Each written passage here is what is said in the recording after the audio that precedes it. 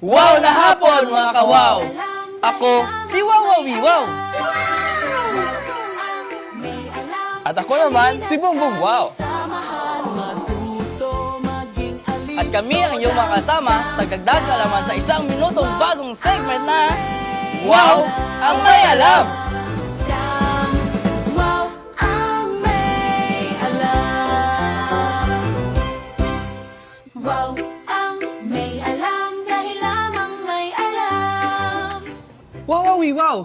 Wag na wag mong paglaruan yan. Ha? Bakit?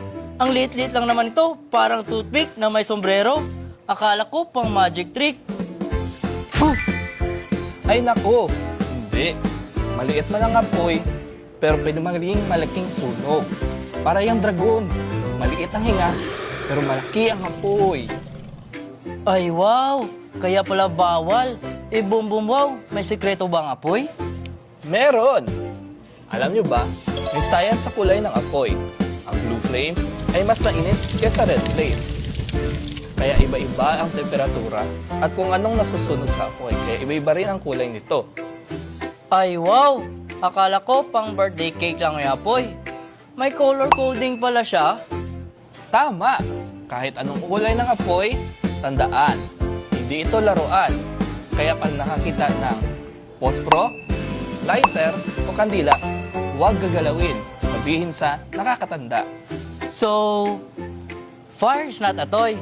Kasi pang danger siya. Paano kung gusto ko lang maging magician? Abracadabra! Pwede ka pa rin maging magician. Huwag lang gamitin ng apoy. Mas safe pag bubbles, flashlight, o glow stick ang gamitin mo. Tandaan, pag lahat tayo maingat, mas ligtas ang ating tahanan at pamilya.